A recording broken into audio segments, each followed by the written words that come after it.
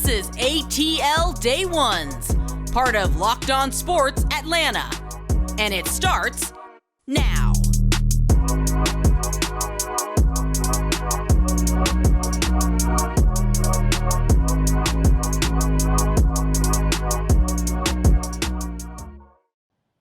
Welcome into ATL Day Ones with Jarvis and Tenitra. We want to say thank you for making us your first listen of the day. And remember, we are free and available wherever you download your podcast. And wherever you download your podcast, make sure you give us a 5-star review. You guys have been amazing and awesome and all of those good descriptions of of good behavior. Because we are rolling up to 2,700 subscribers on our way to 3,000. We're trying to get here before September 11th, so go ahead and get us there. You know what September 11th is? It's the first game of the Atlanta Falcons. Woo woo! So yeah, we thank you guys for supporting us and making sure we are, getting the word out for us, because we are making some strides, and I'm just super excited about that. But what else I'm excited about is that Austin Riley put himself in GOAT category or GOAT conversation by surpassing the GOAT in Major League Baseball. And Dean Pease, he tired of the bull crap. And we'll talk about that. And last but not least, and for the culture, Trae Young, John Collins, and Dejounte Murray, we got a sneak peek of the Hawks' big three. We'll talk about that and for the culture. But first, Austin Riley breaks the extra base hits in a month record by going 26 extra base hits in the month of July. And he breaks Hank Aaron's record of 25. That was back in 1961. And ironically, it was in July, the month of July as well. Mm-hmm. Man, it's just one of those things just to kind of see a player just go off, and that's what we've been witnessing from Austin Riley here lately, and it definitely has helped the Braves, as they got the sweep against the Arizona Diamondbacks over the weekend. Yeah, and what Austin Riley, like you said, has been able to do this entire month, it's like really he's just been progressing towards this, and going back to June 1st and the start of the Braves 39-14 run, best in the majors over these last 2 months. His trajectory has gone up and the Braves have benefited from it, right? So Right. like you said, yesterday in a pitcher's duel between Kelly and Max Fried, Max Fried, you see every hit, every on base counts. Right. And so, and so literally, Austin Riley gets the one double and that ties the record. He gets the second double and that makes the record. And the other guy who's been in that sort of player of the month, Braves player of the month, possibly NL player of the month conversation is the guy who he actually drove in, which is Matt Olsen. And it was kind of funny because we were all like, "Shut on, Matt, come on, you got this." Like I think we were all kind of pushing. I literally was like, "There's no way he scores from first base." Matt Olsen might be the slowest person on the Braves roster, and they were like, "I'm like, we're sitting up here rooting for him to score from first base. No way possible." But he made it happen. But you know what? I loved it because how about that is the perfect way to punctuate the month of July. Like the Braves have just been in no quit mode, just gutting it out, grinding it out, somehow getting wins, right? And isn't it also interesting that the very team that kind of sent them down the rabbit hole to have a come to Jesus conversation is the very team that helped them to tune up. So that, of course, was at the end of May. Now, here we are 2 months later, and they're helping them to really tune up, whether it's the pitching rotation, the bullpen, or even getting your bats back in order, helping them to get ready for what you and I both know is going to be one of the most challenging, if not challenging, weeks for the Braves coming up. No doubt about it. And one person who has been faced with a lot of challenges is Ian Anderson. He made a case for Alex Anthopoulos to not pull a trigger on a trade deadline. We'll talk about that. But first, tell the folks about Bet Online and what they have going on, how they partner with Locked On Sports Atlanta. Yeah, you guys remember we talked about recently how a Mickey Mantle card is likely going to go for $10 million, right? Good and if you want to know if that is accurate, then the number one source for betting needs and sports info is betonline.net. And why do I mention that? Because that could be an over-under situation. Will it go for 10 mil? Will it go under 10 mil? Will it go over 10 mil? So that's something. And I'm going to give you guys a sneak peek in what Jarvis and I are going to be talking about in segment 2. And that is top 10 defense for the Falcons, that could be an over under for you as well. You want to know how to get some insight on that? You go to betonline.net. They give you sports development, league reviews, and news about your favorite teams, your favorite players. It's really that best spot and kind of an all encompassing spot for scores, podcasts, and news. Again, even if it's your football, your college football, or your pro football, or if it's a niche sport like MMA, golf, boxing, you can get all the same information right there. So head to that website today. You can use your mobile device. Definitely go to the site after you check out ATL Day Ones, but still go to that site and tell them we sent you, because as sportscasters, we also want to keep up with the trends, and that is where we go to do it. So Bet Online, that is exactly where the game starts. No doubt about it. And the game got started for Ian Anderson over the weekend as well. 6 innings pitched, 9 strikeouts, and only 1 walk. We've talked about this on Friday, and I believe wholeheartedly Ian Anderson just listened to the show. And I think this was confirmation that was the case. Maybe so, yes. Maybe so. We were really on the struggle bus trying to say, oh man, we don't know. And it did feel like do or die. And I Right. believe that, yeah, he was kind of feeling that pressure as well. Like, I need to do something because Alex Anthopoulos will get on the phone in a heartbeat and try to make something happen. So I think that was a breath of fresh air and a bit of a relief for Braves country to see that Ian Anderson. And again, assuming that that was enough. And I do believe that it was actually enough to kind of save him. If that's enough, all we can do, Jarvis, is hope that this Ian Anderson is the one who shows up for the remainder of the season to help to push the Braves into the postseason. But I also want to give a shout out to Kyle Wright and recognize Max Fried, because my God, Kyle Wright, 13 wins. You're leading Lord. the majors. It's crazy what he's been able to do as well. And also Max Fried. And I wanted to mention Max, Jarvis, because in a walk-off win, like what Austin Riley was able to do, and we all believe that he's probably going to be that NL Player of the Month, didn't want Max Fried's performance, Dylan Lee's performance, Kenley Jansen's performance.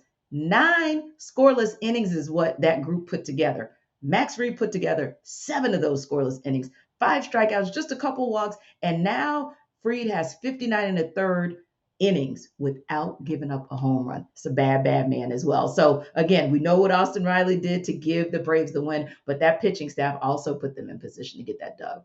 No doubt about it. And that's what traditionally the Braves have been. The pitching staff have always kind of carried them, through these light situations when they go through the lulls of the season, and you have to lean on different phases of the game to get you through. And Max Fried and Kyle Wright have been those guys for the entirety of the 22-2 season for sure. And the expectation is for them to continue to do that. Yes. We don't expect anything less. And I think that, but like, with that being said, is that something now? Does Alex Anthopoulos change his mind? Because they just added here Adrianjas, and they designated for assignment Robert Cano in conflation with that particular move. So does Alex Anthopoulos change? Is he working the phones as much as he possibly potentially was before Ian Anderson had this type of performance? Yeah, I think he might be working the phones just a little less, because there's some solid, and it's very, very in the early stages as far as what we're seeing out of Ozzie Albies. But there are some encouraging things that we're seeing out of him to say he is on path and slightly ahead of target in terms of him being on a 60-day IL, but possibly coming back, right? So that to me is positive. So yeah, you have Adrianza, you get him in there, you DFA Cano, you got him for a couple of weeks just to kind of, I don't know, put a Band-Aid on the wound. Can you even call it a Band-Aid? Yeah, I'm like, I don't really even want to call it a Band-Aid, but I think you just ran some water on the issue. You just yeah, ran I'm some like, water on I it. don't know. You Yeah, ain't got no I'm like, Band-Aid outside, get a no, cut. You just run a little water on exactly. it. Come back in, right? And that's what you do. So Ahiri Adrianza, I think, is a better choice there. And if we assume that Ian Anderson can at least keep this up for the rest of the season, or even be half of what he was on Saturday, then it allows Alex Anthopoulos a little more leverage to just go ahead and get a replacement for Adam Duvall. And I think that just pulls some pressure off of what the Braves are going to need, assuming that reacquiring Ahiri Adrianza and having Ian Anderson kind of look a little like Ian again could be, that's a good look for Alex Anthopoulos. 24 hours, less than 24 hours before that deadline.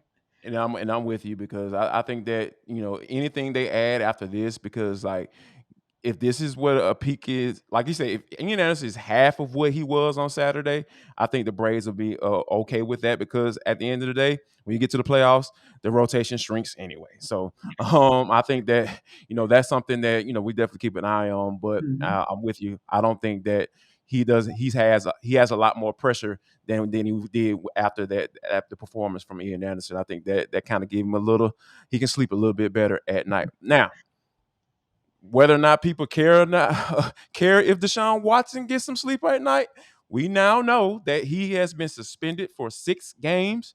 And the NFLPA, before the news dropped of his suspension, NFLPA Mhm. said they weren't going to appeal. So we know that side is okay with whatever the decision the judge made.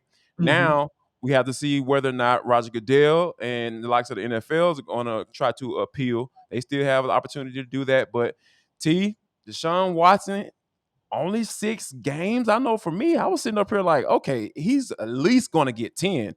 And I Mhm. think that, the Browns were kind of like thinking like that too when they traded for him, because they only gave him $1 million in salary this year. So they were expecting him to, like, okay, we know more than like he's going to be suspended for quite a bit. And I Mhm. and I and I think for the NFL to come back initially Mhm. for a 6-game suspension, I just think this is it just seems dirty to me. Like, only 6? Yeah, it's interesting because I always said it was going to be between 6 and 8. I always Okay. said, I lean to 6 more or so than I even lean to 8. My thought on 8 was they may come out of the gates with 8. Arbitrator comes And in, come down to 6, yeah. and then it's going down to 6. That's always where I thought it was going to land. So when we got 6 out of the gates and the NFLPA said they weren't going to appeal, I said part of that is probably because they knew it was going to be 6 games. It's kind of where they Mm, wanted it to sit. Leave it alone. Let's keep it moving. But then also we look at what is important to the NFL, right? And you look at Calvin Ridley because, of course, especially with Deshaun Watson being a native of Atlanta, with Calvin Ridley being the looking like he was going to be the next franchise wide receiver for right, the Falcons. Everybody's comparing and contrasting. Well, for the NFL, it's apples and oranges because the integrity of the game, I know people aren't going to like to hear this, especially coming from a female, but I'm just keeping it real with you guys. You have to look at what the records show. So if you look at Cal, 17 games for betting. If you look at Vontez Burfict, 12 games for targeting. You look at DeAndre Hopkins, 6 games for PEDs. You look at Ben Roethlisberger, 6 games for sexually assaulting allegedly a 20-year-old student.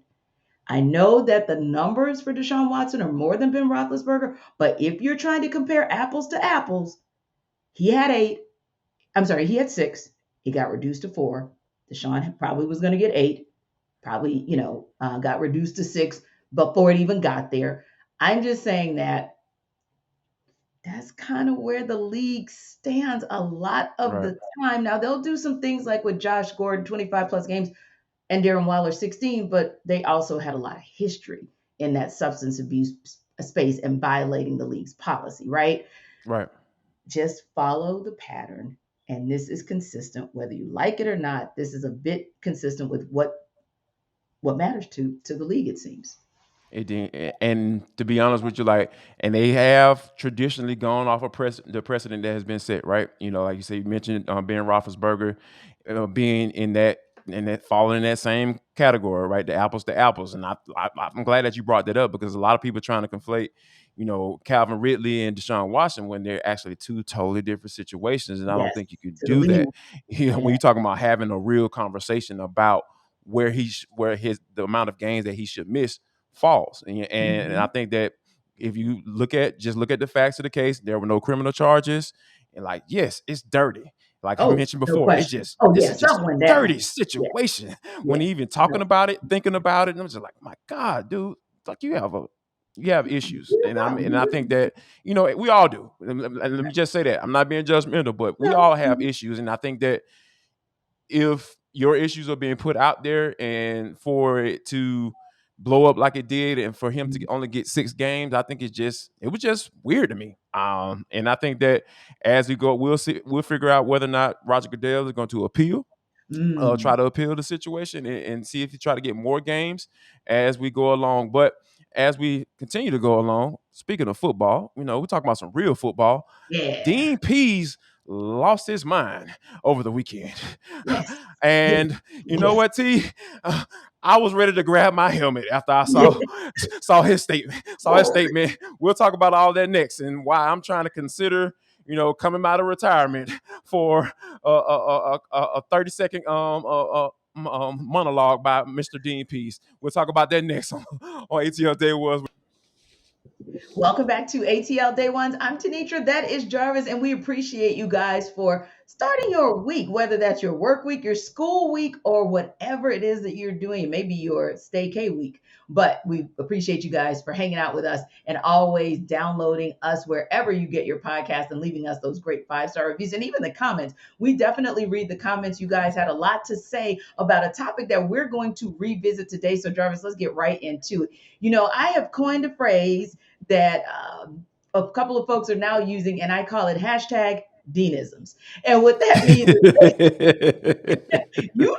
defensive Yes. coordinator Dean Pease will always give us something to work with. And he did not disappoint on the last day of training camp for the first week of training camp for the Falcons, right? So Dean Pease literally, there was aggression all over the place. So we're going to talk about some of that aggression as well. Yeah, But man. literally, Dean Pease talked about how he was fed up, really, and wanted people to pipe down on his defense and let his defense show you how they're going to pipe up and potentially do something that a defense for the Falcons has not done in 2 decades.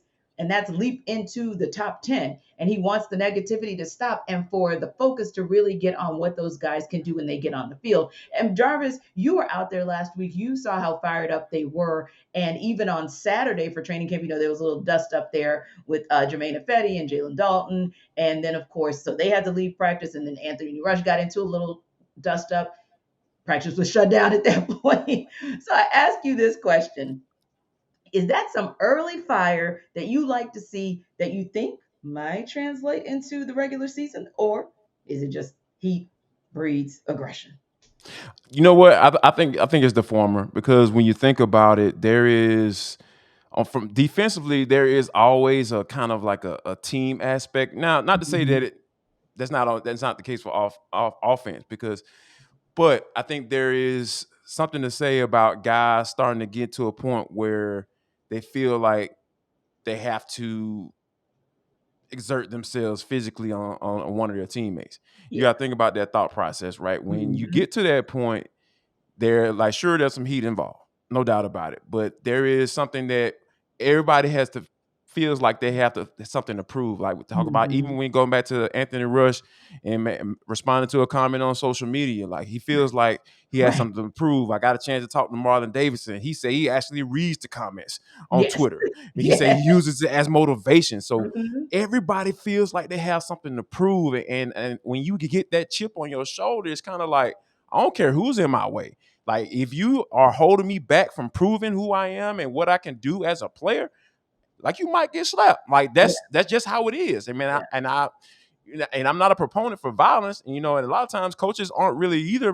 Because they have an agenda when every day when they go out to practice, and that's Yeah. why You don't want Arthur anybody to Smith get hurt. eventually, yeah, you don't want to get anybody get hurt, and plus they're trying to accomplish something. Yes. But from time to time, there comes a point where, like Dean P said, you get Mhm. tired of folks talking junk. And I even asked the question to Arthur Smith when I was out there Friday, and it was in reference to being better than they were last year. And Mhm. Arthur Smith kind of got a little fired up. And you can tell that these guys talk about this stuff.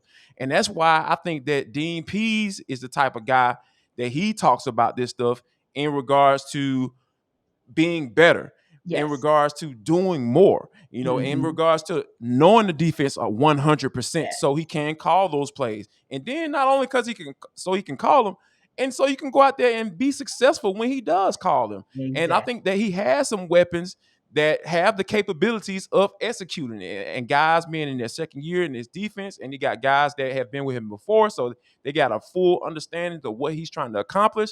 So I think there are a lot of factors that go into, okay, this is why, yeah, they got into a fight, they got into it, but here's why. These Mm-hmm. people, a lot of people on the field for the Falcons, specifically on defense, have a lot to prove. Yes. Lorenzo Carter, big time prospect coming out of Georgia. Like, yeah, he had five sacks in 4 games last year, but shoot, what did you do outside of that? Everybody has something to prove. Mm-hmm. Everybody, Marcus Mariota, Desmond Ritter, everybody has something to prove, and I Right. think that's one of the reasons why that Dean Pease kind of went off like he did, and I think that's why you saw those guys kind of mix it up over the weekend. Right. And hold that thought. Let's hold that thought because we got a little bit more to dig into with Dean Pease and that defense. So I don't want to get too far into that Right. before we talk about Coffee AM. No doubt about it. Y'all know why I'm fired up. Know why I can talk for so long at times because I'll be drinking my coffee AM, baby. I use it every morning to get myself going because I Yeah. start off my days early and I need a little pick me up because I get my workout on. I'm starting to get my shake tea. I'm trying to get right, trying to walk around with my shirt off at some point before it get cold. So I need my coffee AM to get myself together because it is the best small batch coffee Mhm. roaster in America. That's the only choice, guys. If you want to try out Coffee AM, go to coffeeam.com/locked on. And we got a special treat for you once you go there. What is it, Jarvis? Once you go to the coupon code, you pick out what you want because they got a big wide selection, right? They have all of the, you can get the teas, you can get, the fresh coffee, it's roasted and shipped same day or close to it, and it's made to order right there, Mhm. waiting just for you. Now, what's the code? What we got going on? What you got for the locked on listeners and viewers? All right. Once you select what you want because the selection is just crazy. Just talked about it, right? You're gonna get 15% off. All you got to Mhm. do is just drop the code locked on in the coupon code box, and you'll get 15% off of all coffees, teas, and gift sets. Yeah. Go ahead and try it out today, right now. Yeah. And we think you're going to love it just like we love all that fire that Dean Pease brought on Saturday. We absolutely Yes. are here for it. Dean was like, hey, we've been in the top 10 as a defense, the Falcons organization, one good time, once in the last 20 years. And he said that Years. little ish Goodness. is over, done, it's a wrap. So for him, he said, hey, I'm not expecting anything less of my guys. And here's what I thought about Jarvis Hmm. before I actually ask you the question. I was listening to Rashad Evans speaking earlier to our buddies Andy and Randy, right? Right. And one of the things that he talked about is the fact that Dean Pease is the same in front of a camera, meaning in front of the media, and behind closed doors with the defense. And I thought about this. He brought him in because he knew that he could master the defense because he's already mastered the defense under Dean Pease, and he knew that he believed that Evans, in spite of his injuries, had something left in that tank, right? You just Hmm. mentioned Lorenzo Carter. They're bringing Lorenzo Carter on because they think he might have something left in that tank. So you look at some of their veteran additions, and then you throw in, as you mentioned, the current prove it guys like a Marlon Davidson or a Taquan Graham, and the guys who are coming in saying, "Oh, I'm ready to rock day one." Arnold Ebiketie. No Put it doubt. all together, Jarvis, and even Grady Jarrett. I love the hunger that we're still seeing in him in year 7, and you're looking at AJ Terrell and he's still hungry. I say all that to say, Jarvis, there might be a shift that is coming because the talent, I think you'd agree, is much better than it was last year. So you've got more talent, and you've got somebody like Dean Pease who believes that you can follow his complex defense and get something done. You believe, Jarvis, that he can change the culture, and do you believe he has the personnel to make that jump? Yes, yes, and yes. Because when you think about because the track record is there, right? Like Yes. we're not questioning whether or not Dean Pease is a good defensive coordinator. There's a Mhm. reason why Arthur Smith brought this man. He's 71 years old, man, in out of retirement to come coach this defense is Yes. because he knows what the heck he's doing. like, Mhm. and plus it's immediate respect Yes. as soon as he walks in the room. Yes. Immediate, respect when he walks into the room. So, and like you mentioned, the talent is there, right? It's just a matter of those guys going out and executing. Lorenzo Carter got a little talent. You don't get drafted as high as he did, Right. if you don't. And I Mhm. think that you got to get a second round pick in Arnold Ebiketie, who, they traded up for. There's a reason why, Mhm. because he has the talent. Yes. D'Angelo Malone selecting the 3rd round with the 82nd Mhm. overall pick. It's the reason why he was drafted there, because he has the talent. Yes. And I think that the Falcons understand that you need the talent just Mhm. to be in a conversation of changing the culture, right? Yes. Because you didn't have that last year. And Mhm. Dean Pease just kind of tried to figure it out. He mentioned throughout sprinkled in those those frustrations Those throughout the year. deanisms. Them Deanisms. He dropped those Deanisms throughout the season. So if you were at those press conferences like you were, you and I were, like, you understand, like, this is something that's been boiling for quite some Mhm. time. So, and I think that, this is something that we're going to kind of see come to fruition this year, because I know that Pease is a really good coach, and I think that they from a talent standpoint, they do have the pieces to Yes. to put it all together. And I have to agree with you on that one. I believe, yes, he is that person, maybe more than anyone I've seen, kind of be the person who can change that culture, if you will, and kind of Mm-hmm. change the mindsets. And sometimes, Jarvis, it's a mind game first.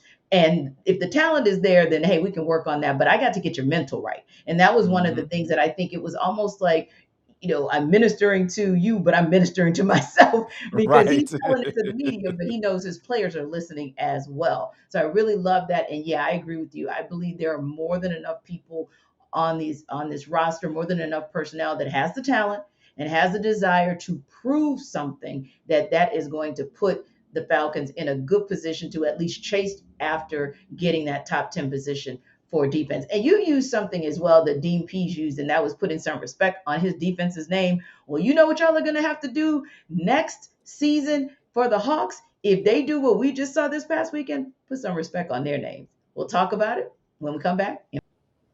Final segment with ATL Day Ones with Jarvis and Tenitra. We want to thank you for rocking with us throughout the entire show. We appreciate you so much. You Mhm. guys have been downloading us wherever you download your podcast. And if you haven't jumped on that train yet, what are you waiting on?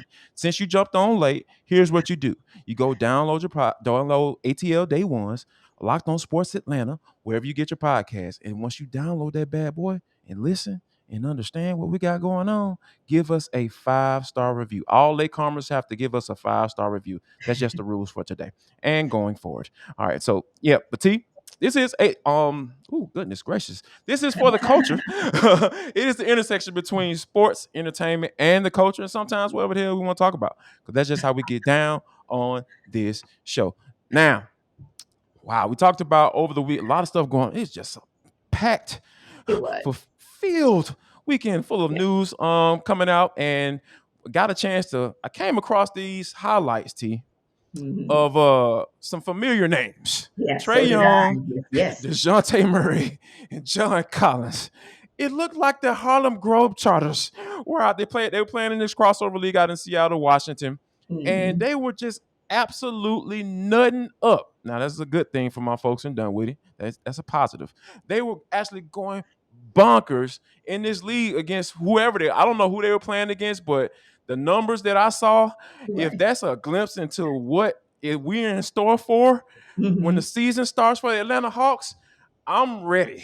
I know Yeah. football season is coming, and you know how excited I get about football, but oh my goodness, if this is what we have in store for this weekend, along with DeAndre Hunter Mhm. catching bodies in the AEBL too, oh, the Hawks are going to be back in the playoffs, and they're going to be ready to rock. Yes, indeed. So seeing Dejounte Murray, Trey Young, John Collins starting a few weeks ago, where it kind of felt like, and I don't say this in a negative way, I say this in a positive way and an authentic way. It seemed like for Summer League, they were kind of going on a little bit of a tour, if you will, like, we're one. And that was fine with me because it started as the summer has worn on, it's kind of felt like, okay, looks like JC is going to be around. So if that's the Mm-hmm. case, let's start building this camaraderie and let's start getting to know one another on and off the court. So when regular season hits, we are ready to rock and roll. So when I saw, the pass, the assist to the alley oop and the finish, I was like, ooh, so like, okay then. Crazy. And the fact that they're traveling together and they look like they're a cohesive unit, I am definitely all here for it. And also DeAndre Hunter, and of course he was here in the Atlanta Entertainment Basketball League, a different league, but doing DeAndre things. And here we always say, listen, as long as his body does what his body is supposed to do for this next season, you've got your big three and a strong two in DeAndre Hunter and Clint Capella. Everybody in Hawks Nation, you guys should be extremely excited about what the product that you're going to get on the floor this season. And, Jarvis, no different than what we talked about in our last segment with the Falcons defense in particular, feeling like they have something to prove. I have a sneaking suspicion, especially Trey, because, he keeps a chip on his shoulder anyway, and that ain't a bad thing. But John All day, every Collins, day. yeah, and I'm not mad at you. John Mhm. Collins, you might have a chip too, because everybody thought you were going to be ceremoniously shipped out of here. So maybe you got something to prove. Dejounte Murray, you want to make sure that everybody knows that you were the right move for Travis Schlenk and company to make. And then finally, DeAndre Hunter is out here showing everybody how his body, he looks great. He looks very much physically fit, conditioned, the whole bit. So yeah, man, listen. Is it October yet? Late October. I'm sitting up here Woo! like, oh my gosh, like, and to think about the possibilities, right? Because within some of those highlights, you saw Dejounte Murray bringing the ball up the court and Yes. passing it off to Trey Young, and easily had a favorable matchup. Boom, boom, taking Mhm. to the hole. Oop, easy layup. And Yes. those are the type of things that Nate McMillan talked about. Trey Young playing off the ball more, and I think that if you get that, if he starts to learn what it means to be off the ball, I think Trey Young's going to learn that he's going to be even more dangerous. And Mhm. whew, and then you have two guys who can get John Collins the rock and set Yes. him up and get him into the point where in position to where it's an easy baskets. And Yes. and I think that if the more easy baskets you get Collins, the more he's going to be enthused to be able to crash the boards, because I think some of Yes. it, he ended up with like 17 rebounds in this Mhm. particular game. And Yes. I think it's like, oh my God, this is That's what you the, need. the the possibilities are endless, and I think Yeah. that's what you need going into the playoffs, because it can't just be Trey Young and figure out the rest. Now you have Dejounte Murray in that equation. Mhm. You have a John Collins who has another facilitator that can get him the rock, and then you Mhm. got DeAndre Hunter out here with feeling like he has something to prove as well, like you Yes. mentioned with the chip on the shoulder. So Mhm. a bunch of guys with a bunch of chips on their shoulder. I think that's a recipe for success. Indeed. And it should put the rest of the NBA on I notice know. for sure. Speaking of Yeah. the rest of the NBA, uh, um, uh, another goat. I know we try to ration that label out, and I Yeah, think we that do. this is a older gentleman that deserves that Agreed. title. And when you talk about the passing of Bill Russell, Mhm. passed away peacefully at the age of 88. His family released a statement on via social media uh, Mhm. about how it went down, and Yeah. just from a standpoint of just to let everybody know. And Bill Russell is. Let me just say this: I'm not old enough to have seen Bill Russell play. Let me just Same. go ahead and say that, right? And when you think about it, about those GOAT conversations, like you don't really hear Bill Russell's name mentioned in that. But 11 championships, 2 as a head coach. He was the first black pro sports coach in North America. Yeah. like think about that. He was the first. You talk about pressure, and he was the guy who wasn't afraid to speak up, wasn't Right. afraid to say, Right. "Hey, you know what? I'm not playing in this exhibition game because how y'all treat Meg Evers." Mhm. Those are the type of things that you think about him being standing on. And I was actually going through some videos, T, and when you think about him and what he's done for the Mhm. game of basketball, it's just absolutely just like it's hard to kind of put it all into words, Yes. when you think about what Bill Russell had meant to the game, to this game. Yeah, and two memories come to mind for me, and that is watching the Warriors get the finals trophy and then the MVP trophy awarded to Steph Curry and no Bill Russell. And it just Mm, felt different. It was yeah, like, wow, where's yeah, where's Bill Russell? Because right. he's just such a staple. So like you said, we expect our icons to live forever, but they Yes. don't. And I when I found out last night that he passed away, my first thought was going back to when I noticed, oh wow, I wonder where Bill Russell is. Like, Mm, why isn't he there? So it was noticeable for me. And then of course you guys know my favorite player is Kevin Garnett, And when Kevin was in the league, he developed such an amazing relationship with Bill Russell. And, a lot of times players these days don't necessarily connect with the older generation, if you will, but for them to both be, and I know Kevin only had a short stint with the Celtics, but they're both legendary because he Yes. brought that city a championship after a serious No drought, doubt. right? But a Mhm. lot of what he was able to do during his time there was guided by Bill Russell. So again, like you said, we didn't have the opportunity and the good fortune to see him play back in the day, but certainly his impact is still seen in the likes of players whom we love, and we love their game, like a Kevin Garnett. So rest in peace, Bill Russell. Definitely our thoughts and prayers are going out to all of those who were close to him and all of those who were touched by him. Now, speaking on a lighter note, guys, because sometimes you guys follow us for the craziest reasons and comment on the craziest things, like these wings. Like these wings. So So we Jarvis got has an update on the wing debate. So we got a comment from my guy Kenny, and he was just, say he wanted to. First of all, he loved the show, and he wanted to just say, hey, he was literally just having this conversation with his wife. He talking about who in the heck came up with the term boneless wings because they should be ashamed of themselves. He's like, Jarvis is right.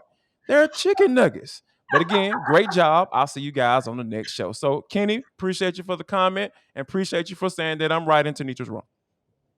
That's Kenny, that's really what it was, bro. He was not trying to shout you out. He was really just coming for me so that you are aware. But you know what, Kenny and Jarvis? I'm about to be like Kenny's wife because I'm about to go eat my boneless wings, nuggets, or whatever the heck you want to call them. So that, yeah, that's what I'm about to go do. And you guys, we want you after you watch ATL day ones, and you can even go back and check some of our older episodes just to see what we're all about. Make sure you check out Hitting Hard with John Chuckery as well. Enjoy the rest of your day. And if you are in Atlanta, go get yourself some boneless wings. Bye. All right. I'll come back now, you hear? She'll still be wrong.